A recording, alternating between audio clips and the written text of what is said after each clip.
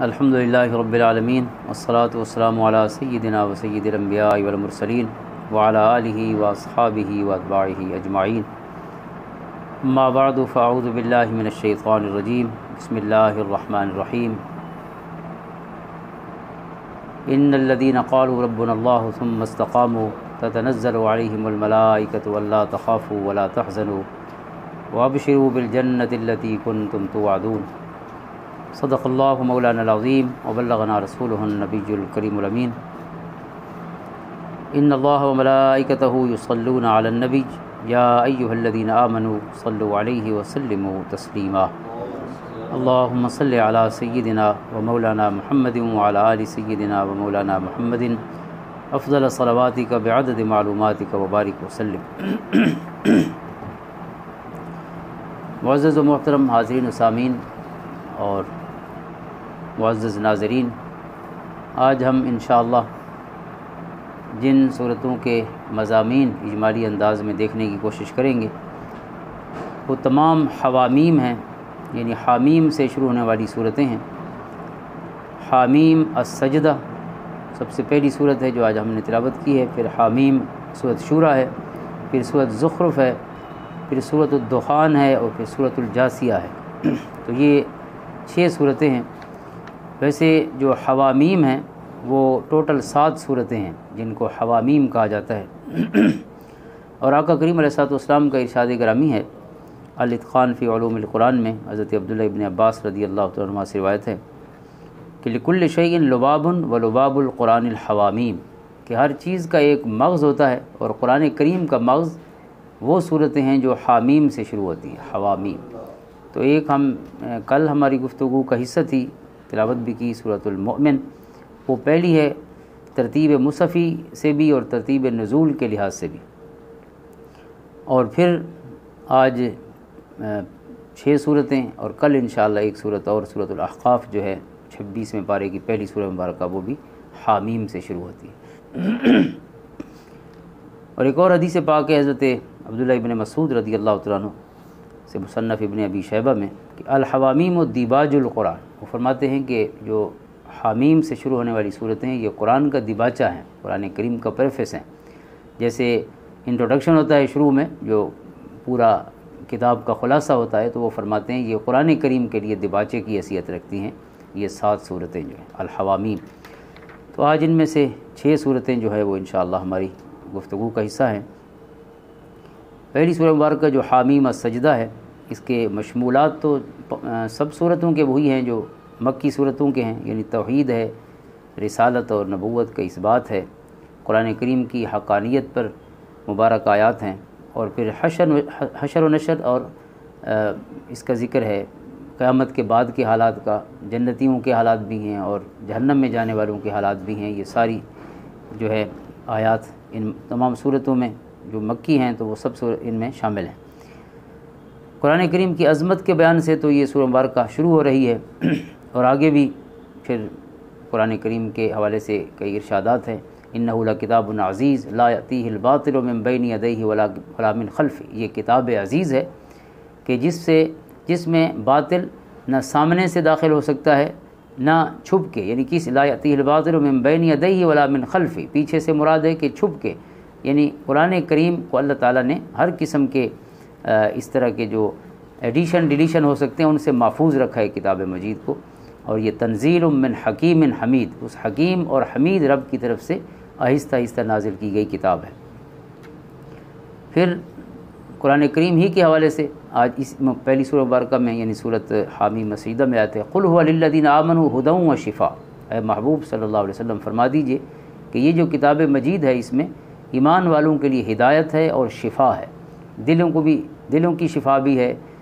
انسان کے لیے یعنی ہدایت کا سامان ہے، اور ظاہری یعنی ابدان کی جو بیماریاں ہیں ان کی شفا بھی قرآن کریم میں موجود ہے، لیکن خصوصاً قرآن کریم شفاء لما فی الصدور ہے، یعنی ہر قسم کے جو عقائد کے میل ہیں ان سب سے بچا کر انسان کو اس صاف ستھری اور سیدھی راہ پر لے آتا ہے جو خالق کائنات کی اپنی بتائی ہوئی راہ ہے، اور اس راستے کے تمام اصول ضابطے جینے کے وہ بھی ساتھ ساتھ انسان کو بتاتا چلا جاتا ہے۔ قوم عاد و سمود کا ذکر ہے، ان پر جو اللہ تعالیٰ کا عذاب آیا۔ اور پھر قرآن کریم کا جو منطقی اسلوب ہوتا ہے کہیں کہیں، یعنی کفار کے، منافقین کے، کبھی یہود کے، بنی اسرائیل کے، ان کے اعتراضات کے جواب اور بڑے منطقی انداز میں دیے جاتے ہیں۔ تو یہاں قوم عاد کے حوالے سے ذکر ہے کہ ان کا اعتراض تھا کہ من اشد منا قوہ، بڑے طاقت قوت والے لوگ تھے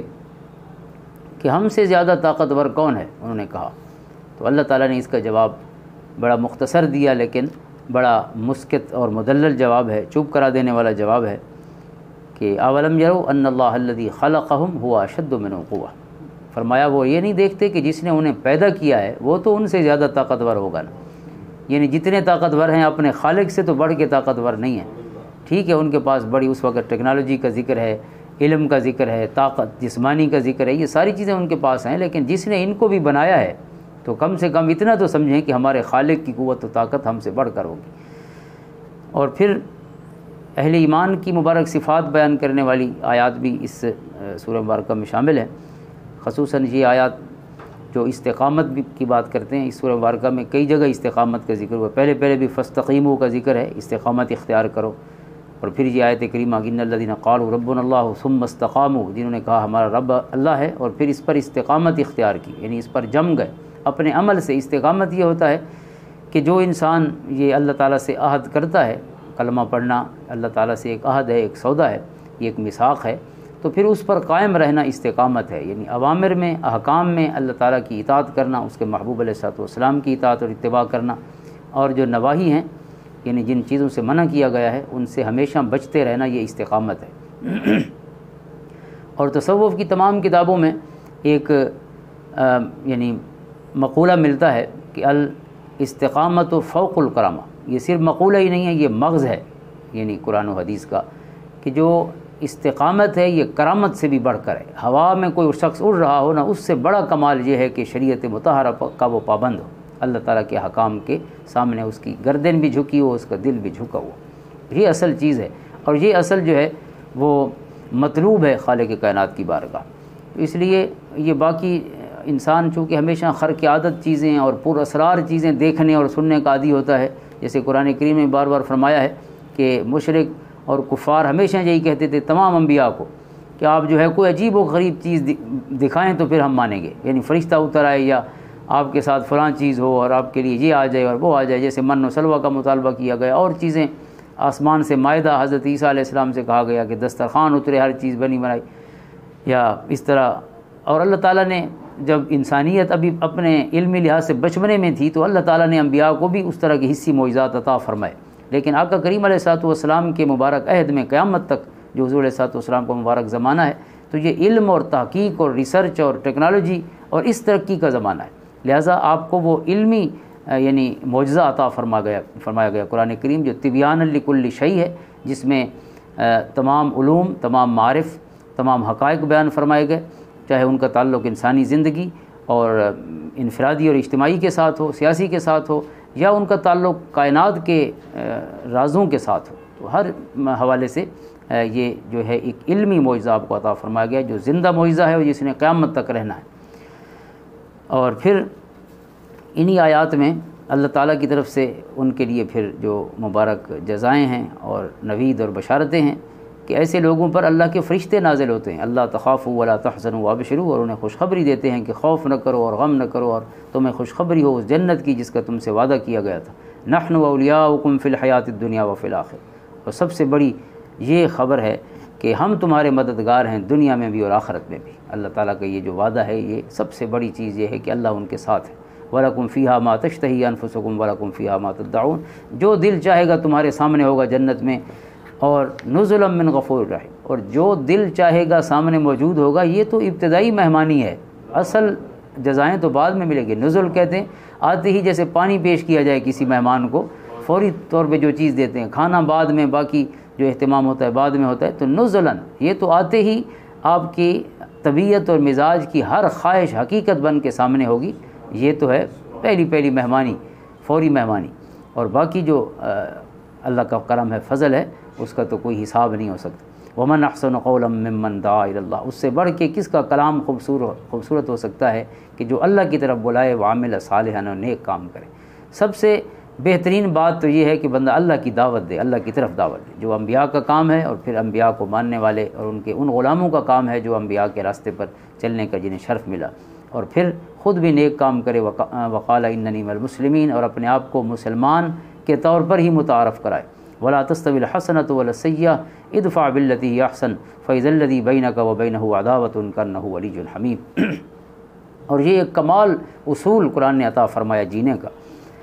کہ نیکی اور برائی برابر نہیں ہو سکتے، نیکی اور بدی۔ ادفع بالتی احسن، اے محبوب صلی اللہ علیہ وسلم اور ہر مخاطب حضور علیہ السلام کے واسطے سے قرآن پڑھنے والا اور سننے والا، کہ آپ جب بھی رد عمل کا اظہار کریں تو ہمیشہ اچھے طریقے سے، برائی کا بدلہ بھی اچھے طریقے سے دیں، اور اس کا نتیجہ یہ ہوگا فَإِذَا الَّذِي بَيْنَكَ وَبَيْنَهُ عَدَاوَةٌ كَأَنَّهُ وَلِيٌّ حَمِيمٌ، جو آپ کا جانی دشمن ہے، آپ کے حسن سلوک کی وجہ سے وہی آپ کا جگری یار بن جائے گا، ولی حمیم، آپ کا بہت اچھا دوست بن جائے گا۔ اور اسی موضوع کو اگلی مبارک سورۃ سورہ شورى میں بھی بیان فرمایا، وہاں معاف کرنے کا جو ہے ایک خصوصی اللہ تعالیٰ نے جو حکم پہنچایا ہے، تو اس میں فرمایا وَجَزَاءُ سَيِّئَةٍ سَيِّئَةٌ مِثْلُهَا، اگر کوئی چاہے تو اپنا بدلہ لے سکتا ہے اگر اس کے ساتھ زیادتی ہوئی ہے، لیکن جو ریکمینڈڈ اور اللہ کی بارگاہ میں جو محبوب راستہ ہے وہ یہ ہے کہ فمن عفا وَأَصْلَحَ فَأَجْرُهُ عَلَى اللَّهِ، جس نے معاف کر دیا اور جس نے درگزر کر دیا اس کا اجر اللہ کے ذمہ کرم پہ ہو گیا۔ تو رب کائنات خود، آپ خود سوچیں کہ جب میرا معاملہ اس کے حوالے ہو جائے گا تو پھر اس سے بڑھ کر اس معاملے کو کامیابی اور کامرانی کی طرف کون لے جا سکتا ہے، اور میرا خیر اس سے بڑھ کر اور کہاں ہو سکتا ہے۔ حضرت علی اور مرتضیٰ رضی اللہ عنہ فرماتے ہیں کہ میری دعا قبول ہو تو خوش ہوتا ہوں، قبول نہ ہو تو زیادہ خوش ہوتا ہوں۔ پوچھا گیا وجہ کیا ہے، تو فرمایا وہ میری مرضی ہے جو اللہ سے مانگا ہے، لیکن جب قبول نہ ہوا تو مجھے یقین ہے کہ یہ اب میرے رب کی مرضی ہے، اور میری زندگی کے سارے خیر مل کر اللہ تعالیٰ کے اس مبارک فیصلے کے برابر تو نہیں ہو سکتے جو اس کا میرے لیے فیصلہ ہو۔ تو قرآن کریم فرماتا ہے یدعو الانسان بالشر دعاءہ بالخیر، سورۃ بنی اسرائیل میں فرمایا کہ انسان جو ہے وہ اپنے شر کی دعا مانگتا رہتا ہے، اسے پتہ نہیں ہوتا کہ یہ چیز اس کے لیے اچھی نہیں ہے۔ یدعو الانسان بالشر دعاءہ بالخیر، اس برائی کو اچھائی سمجھتا ہے، چونکہ شارٹ سائٹڈ ہے انسان، یعنی اس کی جو نظر ہے، اس کا جو انسان کی سوچ ہے وہ زیادہ دور تک نہیں، اپنے لمحاتی فائدے کو دیکھتا ہے، لیکن خالق کائنات کو تو اس کے دور کے جو فوائد ہیں ان کا پتہ ہے، منافع کا پتہ ہے۔ جیسے ایک بچہ جو ہے اس کو دیکھیں اور باپ کو دیکھیں صرف سمجھنے کے لیے، تو بچہ فوری طور پر کوئی چیز چاہتا ہے، مثلا اس کو کوئی بیماری ہو، تکلیف ہو، تو وہ کوئی چیز کھانا چاہے گا، باپ کو پتہ ہے، ڈاکٹر کو پتہ ہے کہ یہ تو نقصان دہ ہے، تو اب وہ تو فوری فائدے کو دیکھ رہا ہے، لیکن وہ اس کے اس نقصان کو دیکھ رہے ہیں جو اس کے ساتھ جڑا ہے۔ اس لیے وہ خالق مالک جو ساری حکمتوں کا مالک ہے اور کائنات میں حکمتیں تقسیم فرمانے والا ہے، اس سے بہتر کس کا فیصلہ ہو سکتا ہے۔ لہٰذا اللہ پہ چھوڑ دینا جو ہے یہ مومن کے لیے بہت بڑا اجر والا اور دنیا آخرت میں کامیابی والا کام ہے۔ من عفا واصلح فاجرہ علی اللہ، اب یہ اللہ کا فیصلہ ہے کہ معاف کرے۔ اب معاف کسے کریں گے؟ جس نے کوئی زیادتی کی ہوگی نا۔ اب ہم جہاں معاف کرنے کا معاملہ آتا ہے تو وہاں کہتے ہیں کہ بھائی اسے کیسے معاف کر دوں، اس نے میرے ساتھ یہ کیا، اسی کرنے والے کو تو اللہ نے معاف کرنے کا کہا ہے، اور معاف کرنے کہاں جائیں گے؟ فرشتوں کو ہم نے معاف کرنا ہے۔ معاف تو اسی کو کریں گے جو باپ ہے، بہن ہے، بھائی ہے، بیوی، میاں بیوی آپس میں ہیں، گھر میں رہنے والے جن کے ساتھ زیادہ تعلق ہے، ناراضگیاں وہی جنم لے سکتی ہیں، تو انہی کو معاف کرنا ہے۔ اور اس کی معافی کا اجر یہ ہے کہ اجرہ علی اللہ، جس طرح روزے کے لیے کہا گیا نا کہ روزے کا اجر اللہ خود ہے، یا اللہ خود عطا فرمائے گا اپنی شان کے مطابق، معاف کرنا بھی اتنا بڑا عزم والا کام ہے۔ اسی اگلی صورت میں سورہ شورى میں پھر کلمات ہیں مبارک وَلَمَنْ صَبَرَ وَغَفَرَ إِنَّ ذَلِكَ لَمِنْ عَزْمِ الْأُمُورِ، جس نے معاف کر دیا، جس نے صبر کیا، ظاہر ہے معافی کے لیے بہت بڑا صبر پہاڑ ہونا چاہیے۔ آقا کریم فرماتے ہیں صلی اللہ علیہ وآلہ وسلم کہ پہلوان وہ نہیں جو دوسرے کو گرا سکتا ہو، پہلوان وہ ہے الذی یملک نفسہ عند الغضب، او کما قال صلی اللہ علیہ وآلہ وسلم کہ جو غصے میں اپنے اوپر قابو رکھ سکتا ہو وہ پہلوان ہے۔ تو قرآن فرماتا ہے جس نے صبر کیا اور معاف کیا، ان ذالک لمن عزم الامور، یہ ہے بڑا پہلوانوں کا کام، چھوٹے موٹے بندے کا کام نہیں کسی کو معاف کر دینا، اس کے لیے یہ بڑا عظیمت والا کام ہے۔ اللہ تعالیٰ ان عظیمت والے لوگوں کا حصہ بنائے، معاف کرنے کا شرف نصیب فرمائے۔ اور پھر اسی سورہ مبارکہ یعنی سورۃ حامیم سجدہ کے یعنی آخر میں ہی آیت کریمہ ہے سنریہم آیاتنا فی الآفاق وفی انفسہم، ہم اپنی نشانیاں تمہیں دکھائیں گے پوری دنیا میں بھی اور تمہارے جانوں اور نفسوں کے اندر بھی، حتیٰ یتبین لہم انہ الحق، یہاں تک کہ انہیں پتہ چل جائے گا کہ حق کیا ہے۔ اور یہاں حق سے مراد قرآن حق ہے، یعنی ہم نشانیاں اس انداز میں بیان فرمائیں گے کہ یہ یقین کریں گے کہ اللہ بھی حق ہے اور اللہ کی کتاب بھی حق ہے۔ اولم یکفی بربک انہ علی کل شیء شہید۔ اگلی سورہ مبارکہ سورۃ شورا ہے، اور اس کا جو نام ہے الشورا وہ ایک آیت کریمہ سے ہی ہے جو آیت نمبر 38 ہے، جس میں ایک آیت تو میں نے ابھی پڑھی ہے معافی کے حوالے سے، تو انہی آیات میں ایک آیت ہے امرہم شورا بینہم، اہل ایمان کی صفات بیان فرمائی گئیں، اور ایک صفت یہ ہے کہ اہل ایمان جو ہیں وہ ڈکٹیٹر نہیں ہوتے، وہ باہمی مشورے سے چلتے ہیں، یعنی مرد کو قوام بنایا گیا، یا حدیث پاک میں راعی فرمایا گیا، کلکم راعٍ وکلکم مسئول عن رعیتہ، گھر میں۔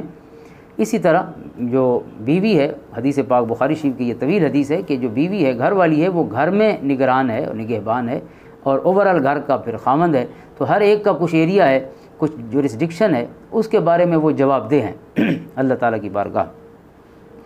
تو یہ جو عہدہ دے دیا جائے یا کوئی ذمہ داری سونپ دی جائے، وہ گھر کی ہو، وہ محلے کی ہو، وہ شہر کی ہو، وہ ملک کی ہو، یا کوئی بھی اور عہدہ ہو، تو اس میں جو اہل ایمان کا پھر اس عہدے کو ادا کرنے کا یا عہدہ برا ہونے کا جو انداز ہے وہ یہ ہے امرہم شورا بینہم۔ وہ یہ ایسا نہیں کہ بس مجھے اختیار دے دیا گیا تو اب میں امپوز کروں اپنے آرڈر کو، مطلق الاعلان بن جاؤں، نہیں، وہ ان جو سٹیک ہولڈرز ہیں جو ساتھ رہ رہے ہیں گھر میں، ان کے مشورے سے کام کرتے ہیں۔ اس لیے گھر میں مشورہ کرنا یہ کوئی انسان کی تحقیر یا توہین نہیں، یہ اللہ تعالیٰ کے حکم اور بلکہ اہل ایمان کی اس مبارک صفت کا نور و فیضان ہے۔ اور جو بچے گھر میں رہ رہے ہیں، بیوی ہے، بہن بھائی ہو سکتے ہیں، اور جتنے لوگ ہیں ظاہر ہے ان کا مفاد بھی، اور اگر نقصان ہے تو وہ ساری چیزیں مشترکہ ہے، تو لہٰذا انہیں مشورے میں بھی شریک کرنا چاہیے۔ اور یہ جو فیصلہ سازی ہے اس میں گھر کا ہر فرد اور بچوں سے جو مشورہ کیا جاتا ہے اس کی فائدہ یہ ہوتا ہے کہ بچوں کو سوچنے کا انداز، طریقہ، یہ تربیت کا ایک حصہ ہوتا ہے۔ آقا کریم علیہ الصلوۃ والسلام کو جو فرمایا گیا شاورہم فی الامر، حضور اپنے غلاموں سے مشورہ کیجیے۔ اب جن کے قلب اتھر پہ صبح شام وحی اترتی ہے، انہیں مشورے کی کیا ضرورت ہے؟ جو اللہ تعالیٰ خود اپنا کلام اور ایسے انداز میں کہ انا انزلنا الیک الکتاب بالحق لتحکم بین الناس بما اراک اللہ، حضور وہ فیصلہ فرمائیے جو ہم نے آپ کو دکھا دیا ہے۔ اللہ نے صرف آپ کو باتیں سنائی نہیں ہیں، آپ کو ہر چیز حقائق کو سامنے دکھا دیا ہے۔ تو جنہیں حقائق دکھا دیے گئے ہوں، شنیدہ کئی بہت مانند دیدہ، وہ کہتے ہیں سنی چیز جو ہے سنی ہوئی وہ دیکھی ہوئی کے برابر کیسے ہو سکتی ہے؟ تو ہمارے کریم آقا صلی اللہ علیہ وسلم نے تو دیکھ لیا ہے۔ اللہ فرماتا ہے بما اراک اللہ، تو جن کے سامنے اللہ نے کائنات کے سارے راز کھول دیے ہوں اور ہر چیز کا جو حسن اور قبح ہے، ہر چیز واضح کر دی ہو، اس رسول کو حکم ہے کہ شاورہم فی الامر، حضور اپنے غلاموں سے مشورہ فرمائیے۔ تو ان معاملات میں جن میں ڈائریکٹ وحی نہیں آتی تھی، حضور علیہ الصلوۃ والسلام غلاموں سے مشورہ فرماتے تھے، اور اس مشورے کی اصل حکمت یہ تھی کہ غلاموں کو آگے اقتدار حوالے ہونا ہے، خلفائے راشدین نے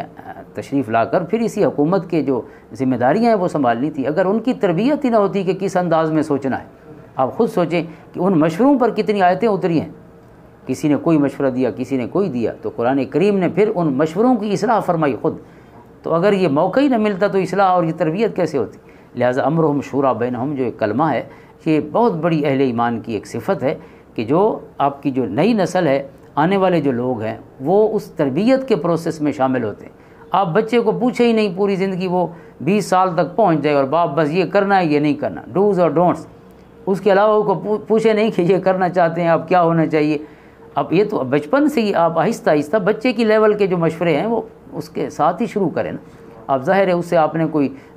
دنیا کے جو جنگیں ہونی ہیں ان کے جنگ اور امن کے حالات تو اسے ڈسکس نہیں کرنے، لیکن جو گھر کے امور ہیں ان میں شامل کریں، اور یہ ان کی تربیت کا وہ انشاءاللہ ایک بڑا کامیاب انسان معاشرے کے حوالے ہوگا۔ ہمارے یہاں عموماً یہ ہوتا ہے کہ بچے جو ہیں وہ FSC کر جاتے ہیں، کبھی MA میں ہوتے ہیں، تو ان کے داخلے بھی باپ کروا رہا ہوتا ہے، تو یہ کب بڑے ہوں گے؟ یعنی مشورے کے بعد پھر ان کو کچھ حوالے کرے نا، اور حوالے کیا ہے اپنا داخلہ تو وہ خود کرائے، وہ فارم بھی بابا ہی فل کر کے دیتا ہے، اس کی فیس بھی وہ جمع کراتا ہے، تو یہ کب بڑے ہوں گے؟ اس لیے یہ ساری چیزیں جو ہیں اسی مشورہ ایک یعنی پہلا پوائنٹ ہے، اس کے بعد آہستہ آہستہ سب اس کو ایک کامل مکمل انسان اور ایک ذمہ دار انسان بنانے کے لیے اس تربیت اور نظام کا حصہ ہے۔ اور اسی سورہ مبارکہ میں یعنی یہ 42واں نمبر ہے اس کا حامیم سجدہ 41ویں ہیں، ویسے جو حوامیم ہیں سب اسی ترتیب سے اتری ہیں جس ترتیب سے لکھی ہوئی ہیں قرآن کریم میں. ان کا نزول کا جو ترتیب ہے، آرڈر ہے، یہی ہے. یعنی سورت کل جو ہم نے پڑھی اس سورہ مبارکہ سورۃ مومن سے لے کر سورۃ احقاف تک، ان سب کا نزول کا انداز اور طریقہ جیسے یعنی موجود ہیں اسی ترتیب سے ہی نازل ہوئی. اگرچہ نمبر اور ہے لیکن بہرحال ترتیب یہی ہے. اس سورہ مبارکہ میں کچھ آیات مدنی بھی ہیں. سورۃ شورى میں حضرت عبداللہ ابن عباس رضی اللہ تعالیٰ عنہما اور حضرت قتادہ کی روایت کے مطابق، اور ان میں سے ایک آیت انہی جو اہل ایمان کی صفات بیان ہوئی ہیں، جن میں ایک ان کی صفت وَأَمْرُهُمْ شُورَىٰ بَيْنَهُمْ ہے، اور ایک ان کی صفت ہے وَالَّذِينَ إِذَا أَصَابَهُمُ الْبَغْيُ هُمْ يَنتَصِرُونَ. تو یہ آیات جو ہیں حضرت ابن عباس فرماتے ہیں کہ یہ مدنی آیت وَالَّذِينَ أَصَابَهُمُ الْبَغْيُ. اور دوسری جو ہے وَلَوْ بَسَطَ اللَّهُ الرِّزْقَ لِعِبَادِهِ لَبَغَوْا فِي الْأَرْضِ، ایک آیت کریمہ ہے کہ اگر اللہ تعالیٰ سب لوگوں کا رزق ایک جیسا بڑھا دیتا تو دنیا میں بغاوت ہو جاتی. یعنی ہر کوئی امیر ہو جاتا تو پھر کون کس کا کام کرتا، کون کس کی نوکری کرتا، کام کیسے ہوتے، سارے یعنی امیر کبیر بن جاتے. تو فرمایا وَلَٰكِن يُنَزِّلُ بِقَدْرٍ مَّا يَشَاءُ، اللہ تعالیٰ حساب اور اندازے سے رزق جو ہے وہ نازل فرماتا ہے، سب کو ایک جیسا نہیں، ورنہ دنیا میں سرکشی اختیار کر لے لوگ. اِنَّهُ بِعِبَادِهِ خَبِيرٌ بَصِيرٌ. اور ایک آیت کریمہ جو ہے جو مدنی آیات میں حضرت ابن عباس نے شمار فرمائی ہے، وہ قُل لَا أَسْأَلُكُمْ عَلَيْهِ أَجْرًا إِلَّا الْمَوَدَّةَ فِي الْقُرْبَىٰ. آپ فرماتے ہیں یہ بھی مدینہ طیبہ میں نازل ہوئی. اللہ و رسولہ عالم. اس میں یہ ہے کہ آقا کریم علیہ السلام کو فرمایا گیا کہ آپ فرمائیے مجھے آپ سے کوئی اجر نہیں چاہیے تبلیغ کا، مگر یہ کہ قرابت کی محبت، قرابت کہتے ہیں رشتہ داری کو، رشتہ داری کی محبت. اس کے کئی مفاہیم ہیں جو حضرت عبداللہ ابن عباس ہی کی روایت کے مطابق بیان ہوئے ہیں اور کئی دیگر صحابہ سے بھی. تو ایک یہ ہے قرابت کی محبت کی، چونکہ آقا کریم علیہ السلام کے جتنے قبیلے تھے مکہ میں ان سب سے کوئی نہ کوئی رشتہ داری تھی. یعنی قریش کا کوئی ایسی برانچ نہیں تھی کہ جس سے حضور علیہ السلام کا قرابت کا رشتہ نہ ہو. آپ جس صحابی کا بھی جو قریشی تھے اس کا پڑھیں کہ وہ اس کا نسب جو ہے 7ویں پشت میں حضور سے ملتا ہے، یا 4تھی میں ملتا ہے، یا 6ٹھی میں ملتا ہے. اس طرح یعنی تمام قبائل والے لوگ جو ہیں آخر اسی ایک برانچ کے حصہ تھے جو حضرت اسماعیل علیہ السلام تک پہنچتا تھا. تو آپ نے فرمایا کہ اور نہیں تو کم سے کم آپ جو یعنی روڑے اٹکا رہے تھے حضور کے راستے میں تبلیغ کے باب میں، تو مجھے اپنا رشتہ دار سمجھتے ہوئے، چونکہ صلہ رحمی جو تھی رشتہ دار کا احترام کرنا رشتہ داری کا، یہ عرب کی روایات میں تھا. یعنی ان کی جو اچھی خوبیاں تھیں، محاسن تھے، رشتہ دار اور رشتہ داری کا جو احترام ہے، اس کا جو لحاظ ہے، یہ اس کا حصہ تھا. تو حضور علیہ السلام نے ایک یہ مفہوم ہے، اگر اس کو مکی شمار کیا جائے تو پھر خصوصاً یہ مفہوم ہے کہ آپ اس قرابت کو تو دیکھیں جو میرے ساتھ ہے، لہٰذا مجھے اپنا کام رشتہ دار ہونے کے ناطے تو آرام سے کرنے دیں. کیونکہ آپ کو پتہ ہے کہ قرابت تو اتنا عرب میں ایک تعصب یا عصبیت کا معاملہ تھا کہ اگر کوئی رشتہ دار قتل بھی کر دیتا تو سارے رشتہ دار اس کے ساتھ کھڑے ہوتے، یعنی اس کے غلط کاموں میں بھی اس کے ساتھ ہوتے. اور حضور علیہ السلام تو تبلیغ فرما رہے ہیں، اچھا کام کر رہے ہیں، انسانیت سکھا رہے ہیں، تو اس میں آپ جو قتل کے معاملے میں بھی رشتہ دار کا لحاظ رکھتے ہو تو یہاں رشتہ داری کا لحاظ بھی نہیں ہے. تو ایک مفہوم یہ ہے. اور دوسرا مفہوم خصوصاً جب اس کو مدنی شمار کیا جائے، لیکن مکی بھی شمار ہو تو پھر بھی وہ مفہوم بھی یقیناً اس میں شامل ہوتا ہے. اور یہ حدیث پاک جو ہے معجم کبیر کی بھی ہے اور مجمع الزوائد کی بھی ہے. حضرت عبداللہ بن عباس رضی اللہ تعالیٰ عنہ نے فرمایا لما نزلت قل لا اسألكم علیہ اجرا الا المودۃ فی القربى قالوا یا رسول اللہ من قرابتک هؤلاء الذین وجبت علینا مودتهم. کہ جب یہ آیت اتری تو صحابہ کرام علیہم الرضوان نے عرض کی کہ یہ آپ کے کون سے رشتے ہیں کہ جن کی محبت لازم کر دی گئی ہے، مودت اور محبت. تو آپ نے فرمایا قال علی و فاطمۃ و بناہما. آپ نے فرمایا حضرت علی کرم اللہ وجہہ الکریم، حضرت فاطمۃ الزہرا سلام اللہ علیہا، اور ان کے دونوں صاحبزادے حضرت حسن اور حضرت حسین رضی اللہ تعالیٰ عنہما و سلام اللہ علیہما. آپ نے فرمایا ان ہستیوں کی محبت جو ہے اس آیت کریمہ میں لازم کرا دی. لہذا جو بھی مفہوم ہو اس مفہوم کے مطابق اس پر ایمان لانا بھی ضروری ہے اور اس محبت کو ادا کرنا بھی ضروری. اور برکت کے لیے ایک حدیث پاک حضور علیہ السلام کے ان مبارک رشتوں کی حوالے سے بھی عرض کر دیں، چونکہ اہل بیت کی محبت کا ذکر ہوا ہے تو حضور علیہ السلام کی ایک اور حدیث پاک جو جامع ترمذی کی ہے، آپ نے فرمایا احب اللہ لما یغزوکم من نعمہ. اللہ رب العزت سے محبت کرو چونکہ اس نے تمہیں غذا اور رزق عطا فرمایا، تمہیں کھلاتا پلاتا ہے. وَأَحِبُّونِي بِحُبِّ اللَّهِ. اور مجھ سے محبت کرو چونکہ اس کھلانے پلانے والے کا نمائندہ اور رسول میں ہوں. اور وَأَحِبُّ أَهْلَ بَيْتِي لِحُبِّي. اور فرمایا میرے گھر والوں سے محبت کرو میری محبت کی وجہ سے. کہ میرے ساتھ ان کا رشتہ اور تعلق ہے، لہذا اس رشتے کو نبھانے کے لیے آپ ان سے محبت رکھیے میرے اس مبارک رشتے کی وجہ سے۔ اور آقا کریم علیہ الصلوۃ والسلام کی اور بہت سی احادیث ہیں ان ہستیوں کے لیے الگ الگ بھی، اور اہل بیت کے حوالے سے جو بہت سی احادیث ہیں کہ امان لأہل الارض، کہ وہ زمین والوں کے لیے امان ہیں، اختلاف سے بچانے کے لیے اللہ تعالیٰ ان ہستیوں کی محبت عطا فرمائے، اور رب کائنات ہمیں قرآن پاک سمجھنے کا مزید نور عطا فرمائے۔ تو اس سورہ مبارکہ کی مزید جو ہیں قرآن کریم کی عظمت پر آیات ہیں، توحید پر دلائل ہیں، صفات باری تعالیٰ، اہل قرابت رسول صلی اللہ علیہ وسلم سے محبت اور مودت کا ذکر خیر ہوا، مومنین کی صفات بیان فرمائی گئیں، اور یہاں بیٹی اور بیٹا جو ہے خصوصاً اس کو کئی جگہ قرآن کریم نے بیان فرمایا، ایک اس جگہ بھی بیان ہوا کہ اللہ تعالیٰ بیٹیاں دے یا بیٹے دے یہ اس کا فیصلہ ہے، لہٰذا نہ پریشان ہونا چاہیے اور نہ ہی اس کو اپنے لیے کوئی محرومی سمجھنا چاہیے۔ للہ ملک السماوات والارض یخلق ما یشاء، اللہ کے لیے ہے زمین و آسمان کی بادشاہت، یخلق ما یشاء، جو چاہتا ہے پیدا فرماتا ہے، یہب لمن یشاء اناثا ویہب لمن یشاء الذکور، جسے چاہتا ہے بیٹیاں دیتا ہے، جسے چاہتا ہے بیٹے دیتا ہے، او یزوجہم ذکرانا و اناثا، جسے چاہتا ہے جوڑے عطا فرماتا ہے، بیٹیاں بھی عطا فرماتا ہے، بیٹے بھی عطا فرماتا ہے، ویجعل من یشاء عقیما، اور جسے چاہتا ہے بانجھ اور بے اولاد رکھتا ہے، انہ علیم قدیر، وہ علم والا ہے اور قدرت والا ہے، اس لیے اسے پتہ ہے کہ آپ کے بچے ہونے میں کیا فائدہ ہے اور نہ ہونے میں آپ کا کیا فائدہ ہے، بجائے نقصان کے اس میں بھی ایک انسان کا فائدہ، یا صرف بیٹیاں ہوں اور بیٹے نہ ہوں، یا بیٹے ہوں اور بیٹیاں نہ ہوں۔ اور یہاں اللہ تعالیٰ نے پہلے جو اپنی عطا کا دروازہ کھولا ہے، ذکر خیر فرمایا ہے، تو پہلے بیٹیوں کا ذکر فرمایا ہے۔ علماء فرماتے ہیں اس کا مطلب ہے کہ اللہ تعالیٰ نے بیٹوں پر یہاں بیٹیوں کو ترجیح دی ہے، یہب لمن یشاء اناثا پہلے ہے، یہب لمن یشاء الذکور بعد میں۔ حضور علیہ الصلوۃ والسلام کے اہل بیت اطہار کا ذکر خیر ہوا ہے، آقا کریم علیہ الصلوۃ والسلام کی پوری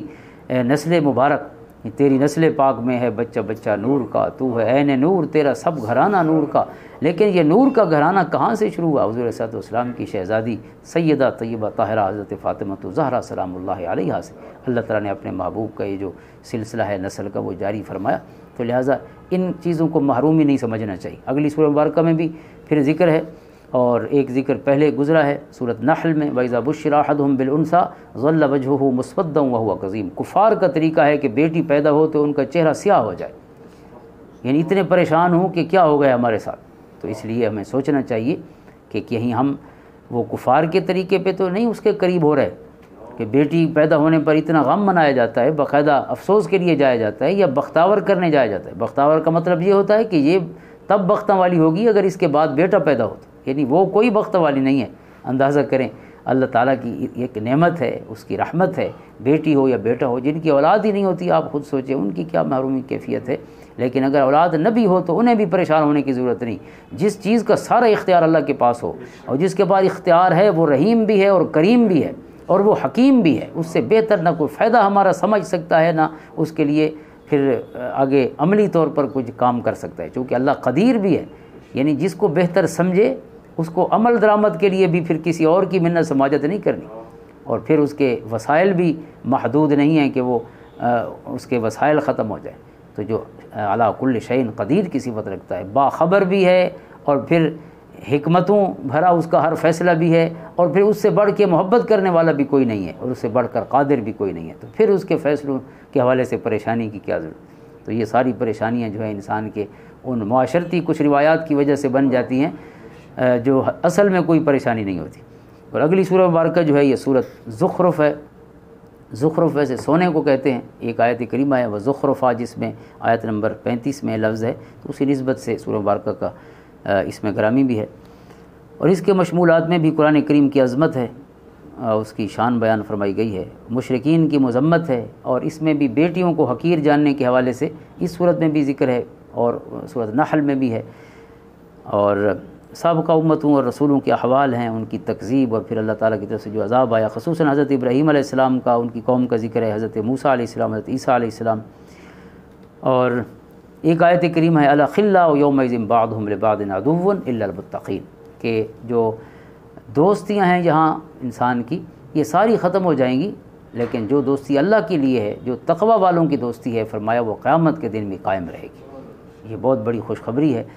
ان صاحبان ایمان اور عمل کے لیے کہ جو اللہ کی خاطر تعلقات رکھتے ہیں۔ الحمدللہ یہ ہمارا مل بیٹھنا جو کچھ دیر کا ہوتا ہے، اللہ تعالیٰ اخلاص کی دولت عطا فرما دے تو یہ بھی انشاءاللہ ہمارے لیے اس سے بڑھ کے اور کامیابی اور فلاح کیا ہو سکتی ہے۔ لیکن مسئلہ یہ اخلاص کا ہے، اخلص عملک یا معاذ، حضور علیہ السلام نے فرمایا معاذ اپنے عمل کو خالص کر لے، یکفک العمل القلیل، اگر خالص ہوگا تو تھوڑا بھی بہت ہے، اور اگر خالص نہیں ہے تو پھر ہو سکتا ہے بہت بھی کوئی کام نہ آ سکے۔ اور پھر حضور علیہ السلام کا ارشاد گرامی ہے کہ یہ جو دوستی ختم نہیں ہوگی نا یہاں پہ جو اللہ کے لیے لگی ہے، یہ شروع بھی یہاں نہیں ہوئی۔ اس کے لیے مسلم شریف کی حدیث ہے، حضور علیہ السلام نے فرمایا کہ الارواح جنود مجندۃ ما تعارف منها ائتلف وما تناکر منها اختلف۔ فرمایا اللہ تعالیٰ کی بارگاہ میں جو عالم ارواح میں روحیں رہتی تھی وہ بھی اکیلی اکیلی نہیں رہتی تھی، انسان کی فطرت ہے مل کے رہنا۔ فرمایا یہ روحیں وہاں بھی گروہوں کی صورت میں اور جماعتوں کی شکل میں تھیں، اور فرمایا جن کی وہاں دوستی ہو گئی ان کی یہاں بھی دوستی ہے، اور جن کے وہاں دل نہیں لگ سکے فرمایا وہ یہاں بھی ان کے دل نہیں لگتے۔